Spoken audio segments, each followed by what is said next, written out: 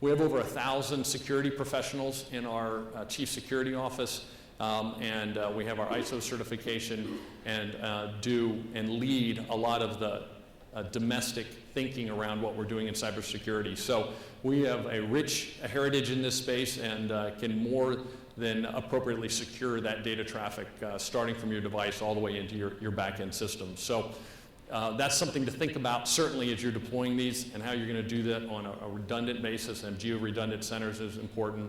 We've got 38 data centers across the globe at this point and continue to roll out more. So security is addressed through the team there. The Foundry, this is a new area. We've just opened 3 foundries. Think of these as innovation centers. They have full live networks that are in place and have the ability to have a lot of our engineering staff that are there in place to help customer innovation and partner innovation. And we have one in Plano, Texas, one in Israel, and one in Palo Alto. And these being strategically placed where there is the hotbed of innovation, startups. And so we've got a constant stream now going through these centers. These are designed for short-term prototyping, so anywhere from 30 to 90 days. Prototyping projects. One of the interesting things we're working on now is a combination of NFC and machine-to-machine as you start to tie in hospitality, and we can remotely send your door key to your smartphone and have that, you know, as part of your door lock, and the services that are start to get incorporated there.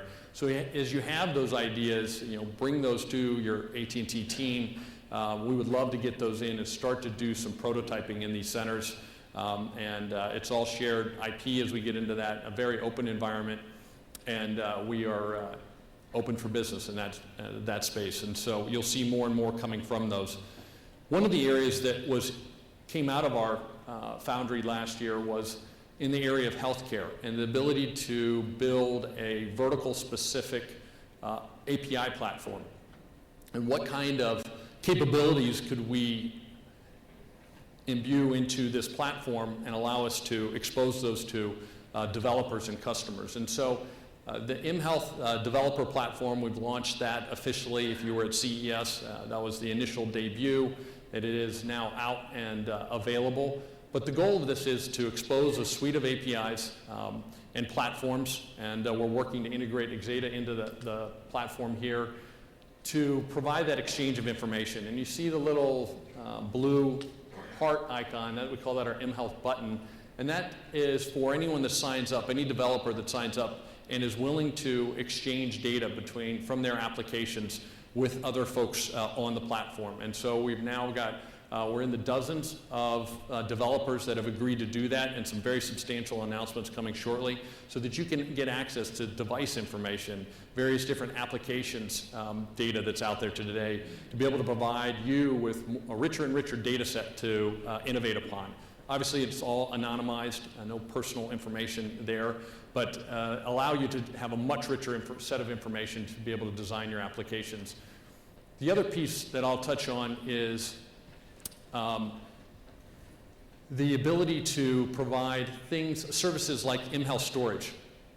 One of the issues for anyone in the healthcare, obviously dealing with the HIPAA rules and regulations. And what we've provided as a service here is HIPAA compliant data storage. So that as a service, so you don't have to go through all the testing and certification to be able to know that your data is secure in terms of having that data stored. And so we have that as a service that's part of the platform there, as well as a lot of pre-built connectors into a lot of legacy HIT systems.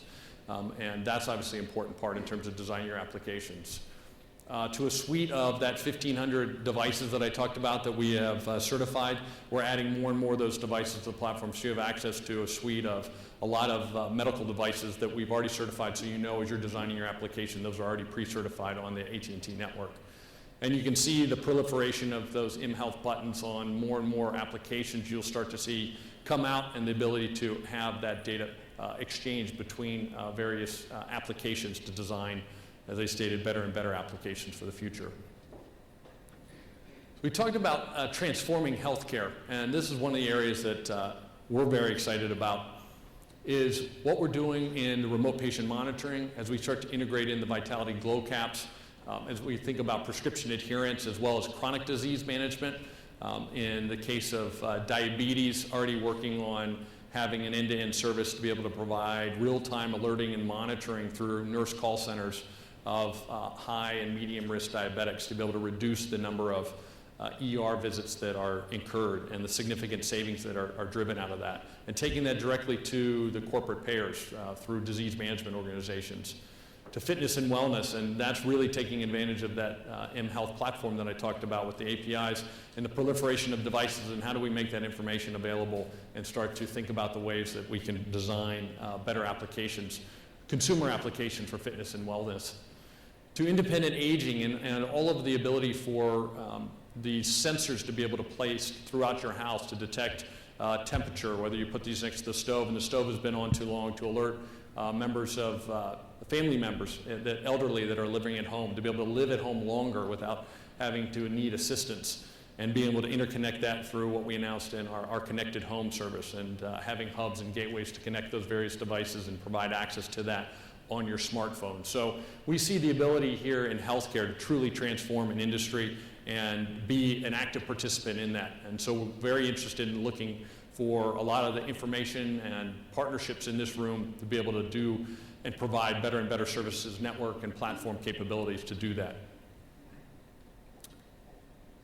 We touched on the beginning there, the interactions between man and machine, but this is a good example, is what we originally gotten into in supporting Nissan in the rollout of connecting basic telematics information for the Nissan Leaf, the all-electric Nissan Leaf, to starting to talk through how do you address things like range anxiety, where you're worried about the battery level of your vehicle running out before you get to where you want to go to. And so designing applications and taking that same data that's coming off the vehicle to help design a better engine, a better car, designing that into a consumer application and doing that in conjunction with Nissan and building that on our application platforms to be able to deliver a smartphone application that not only gives you information on your battery meter, but can unlock and lock your car, set temperature, all of those closed windows, open windows. So as you think about these connected things, the one thing I would urge you is those smartphones that are running around that are now 65% of the AT&T subscriber base will become that controller, that interface to these products that are out there. And are you thinking about how your products are going to interface with your consumers in that way? And as you connect them, what are those value-added services? What are those customer satisfiers that you can deliver to them? Because there's a lot of rich interactions that you can start to have a relationship with things that you never really thought you would.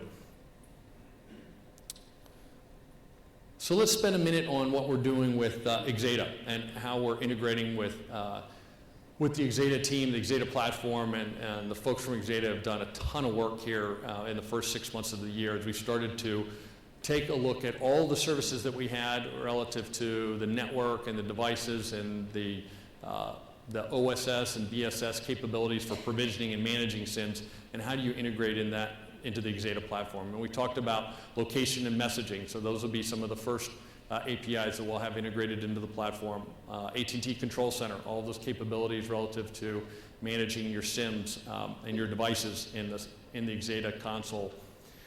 To be able to provide lifecycle services, so we have a suite to augment the Axeda professional service team that we're training up there on our in-house resources, provide expertise in solutioning for you and design.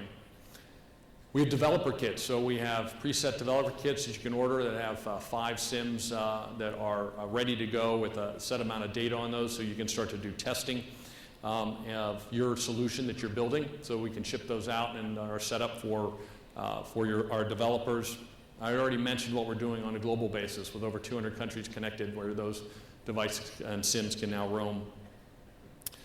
To our mobile broadband acceleration program, and so the shift, a lot of the applications today are served by 2G. How do we make that migration over to 3G as the 2G technology starts to wane and we start to move into 3G networks?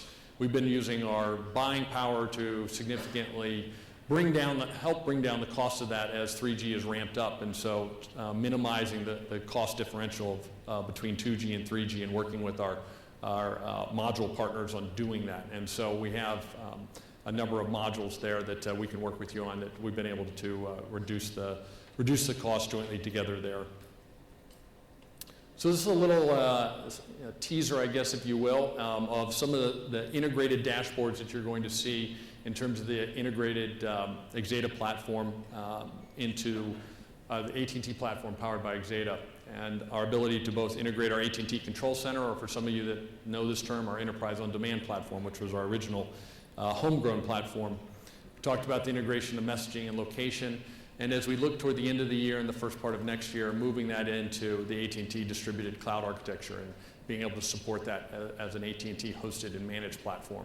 So excited about doing all this work. The teams continue to get closer and closer together, and more ideas continue to spring out of that. And a lot of that's being driven by the folks in the room here and customer innovation. So what are the next steps? As you thought about this today, hopefully you're getting excited. I mean, I certainly did as I watched the intro presentations and keynotes on the disruption that this innovation is having. And are you going to be one of the disruptors, or are you going to watch this and be a follower in what's going on? Urge you to go ahead and start to think about, have those planning sessions, spend the time, set aside those workshops to be able to sit down and think through how this data might be utilized. And are you designing a flexible enough set of platform and assets in your rollout that you'll be able to expand and think about the things that you won't be able to think about today, and have that capability. So if we look at this, if you're new to machine-to-machine or connected things or the Internet of Things, whatever we're going to be calling it as we move forward, urge you to engage our Center of Excellence. We've got a team of experts, both folks from a horizontal basis and understanding our machine-to-machine platform and technology to vertical specialists in your given industry. If you already have a wired solution, I know many have wired machine-to-machine solutions that are out there today. Moving it into a wireless world is not as easy as it sounds. And so setting up a workshop to start to understand the complexity of network connectivity, online, offline access, the issue with multi-countries and dealing with that. Urge you to set up time. We do provide that as a gratis service in working with your teams to be able to sit down and do those workshops and understand what it's going to take to augment your wired solutions as you move them to wireless. And then if you're looking for designing a brand new solution, or you may not have the technology or the components that are available today in an integrated fashion, great use of the foundries that are there today. Bring those ideas to us. We're looking for ones that are fairly broad in terms of their applicability. So not necessarily looking for one specific, if you're designing a very purpose-built solution that may not be scalable or opened out to a broader community, those might not fit the foundry, but bring them to us. We'll be happy to sit down and talk to you on whether that makes sense to bring them into prototype and have a lot of the AT&T resources brought to bear in helping you design that solution and through our partners. So with that, I'm thrilled to be here. We've got a whole lot of folks here from the AT&T team. I'm partnering with the Axeda team, and we're excited about, like I said, this new partnership that we have, and how do we continue to build it and help innovate with you, because there's a ton of great ideas out there, and I know Jack's going to have to get a bigger room for next year, because this is getting exciting, and we're at the start of the forefront of those billions of connections. So thank you for the time this morning.